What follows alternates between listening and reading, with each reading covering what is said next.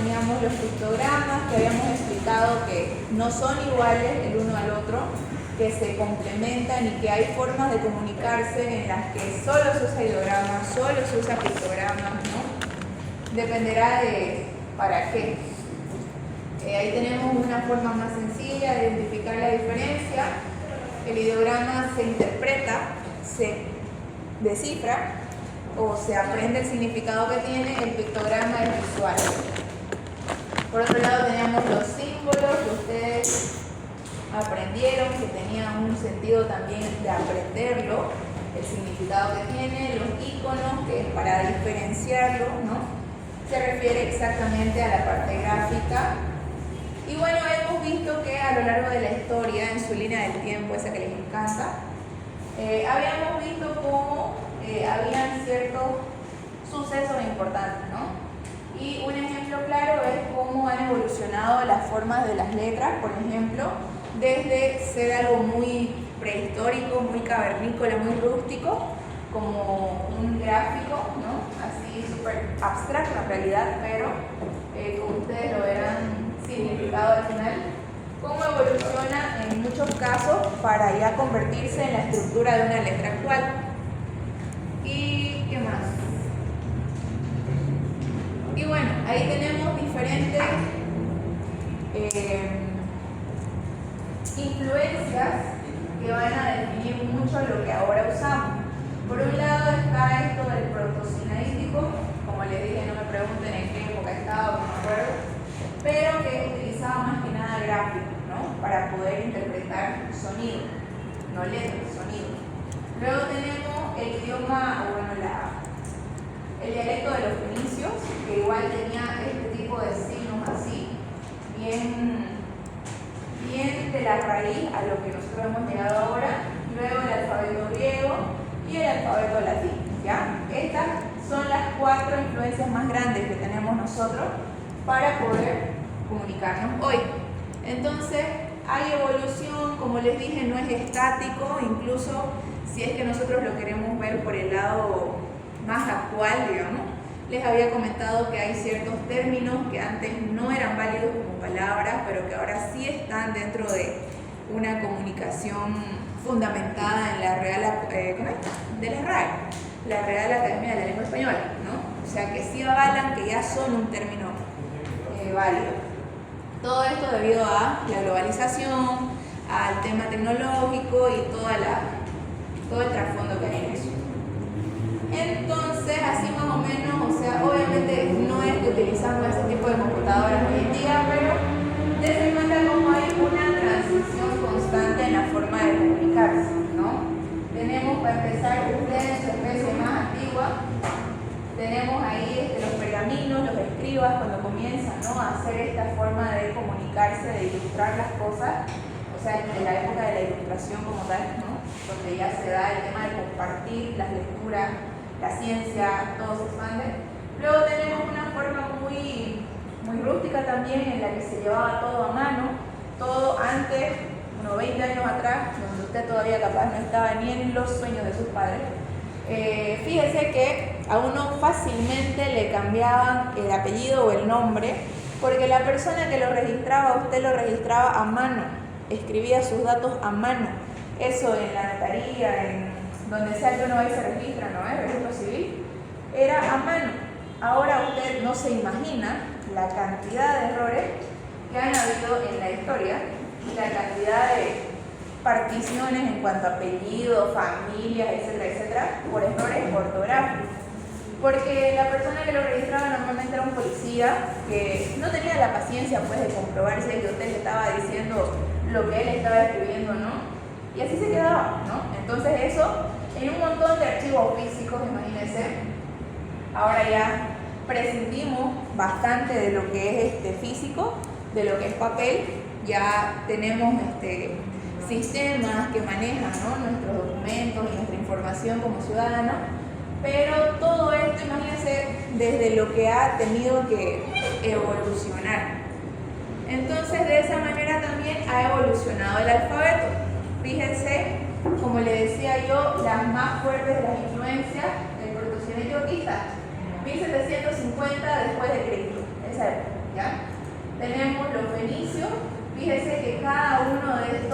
símbolo, representa de cierta manera un sonido en algunas, en otros representa la base de una letra. Y aunque usted vea muchos colores aquí, fíjese que es como una evolución directa a lo que nosotros ahora utilizamos de caracteres en la última línea, ¿ya? En algunos casos, por ejemplo, no existía una forma previa, pero ya nosotros la hemos implementado para poder hacer más llevadero el lenguaje. Por ejemplo, aquí habían ciertos símbolos que incluso como que tenían una forma ambigua de ser la raíz de una letra, pero luego se definieron. Aquí tenemos la U, B chica, W, ¿no? Entonces, fíjense que es una evolución la que ha habido. No es que la gente nomás se inventó un alfabeto, 27 letras y que... no. Incluso hasta hace unos años atrás, muy bien, la CH, la CH, las letras compuestas se tomaban en cuenta dentro del alfabeto como una letra más, ¿no? La CH, la WL, se tomaban en cuenta.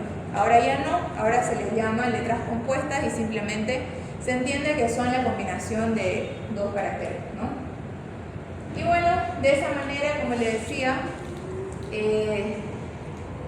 no es estático el lenguaje, también por la forma, ¿no?, que ha tenido, en la que ha crecido, en la que ha cambiado y en la que ha evolucionado.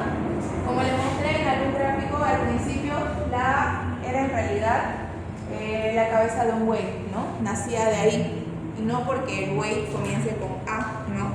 Quizás en el idioma original en el que se inventó. No tengo idea de dónde salía la cabeza del buey, ¿ya? Pero fíjense que de cierta manera esto ha permanecido y hasta el día de hoy se utiliza incluso en los movimientos, todo cambia, ¿ya? Tenemos por otro lado el tema de la dirección de lectura. Fíjense que nosotros, en esta parte del mundo, estamos acostumbrados a leer, ¿cómo leemos? De izquierda a derecha. De izquierda a derecha, ya me olvidé. De izquierda a derecha. Entonces, fíjense que nosotros estamos acostumbradísimos a eso. Yo comienzo aquí y prosigo y vuelvo hacia abajo nuevamente y otra línea, así me enseñaron, ¿no? Entonces, la dirección de lectura en el resto del mundo no era necesariamente igual. Así nosotros provenimos, bueno, no provenimos. Nuestro lenguaje proviene de las lenguas romances.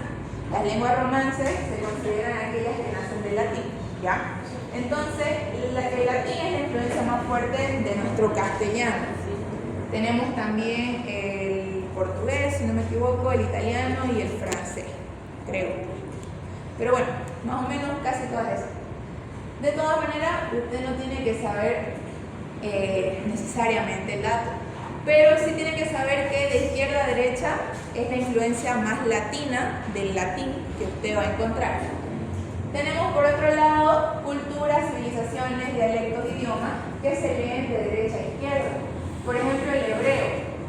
El hebreo usted comienza en la derecha y prosigue a la izquierda y así. O sea, al revés de lo que nosotros acostumbramos a hacer. Entonces, fíjese que influye bastante, no es nomás que alguien se lo inventa, ¿no? Y si existe o ha existido antes, ¿cómo se entendería la gente? O sea, pregúntense cómo era realmente alguien que venía de otra parte del mundo perdidísimo, ¿no? Sin traductor, sin nada. Tenemos por otro lado aquellas culturas asiáticas en las que la verticalidad es la forma de la lectura, ¿no? Entonces, de arriba a abajo, por ejemplo, ahí tenemos un ejemplo en chino, un escrito en chino. Usted se pierde si lee eso, ¿no? Porque para empezar usted está acostumbrado a ir de manera horizontal, pero no, tiene que saber que en el antiguo imperio chino, asiático, japonés, etc., normalmente la dirección de lectura era vertical, ¿ya? Y luego tenemos esta otra que es una forma más exótica de leer, en la que usted va a aprender que se leía de manera muy estrambólica. Primero de izquierda a derecha, la siguiente línea de derecha a izquierda y así. Era como ir leyendo de manera lineal pero consecutiva. Entonces, ¿eso qué nos da a entender? Que había que despejar las letras, ¿no? Para que tenga sentido. Imagínense escribir así, leer así, peor todavía. A esto se le llama escritura o lectura bustrofedónica, así de largo. Y esto, por ejemplo, ahí está un ejemplo. Esto, por ejemplo, el origen cultural que tiene hasta ahora, lo único en lo que prevalece no necesariamente tiene que ver con la parte más de la herencia cultural del texto bustrofedón, pero usted se va a dar cuenta que se utiliza esto en señales de cierta emergencia. Cuando usted ve una ambulancia, se va a dar cuenta que está al revés, ¿no? La palabra ambulancia normalmente en la parte frontal del auto, en el que se llama,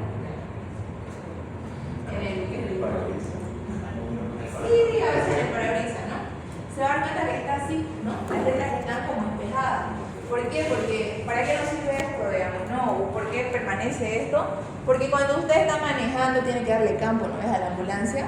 Bueno, si usted no maneja no sabrá, pero las leyes de tránsito dicen eso. Entonces tiene que ser capaz el que maneja de ver por el reflejo de su propio retrovisor.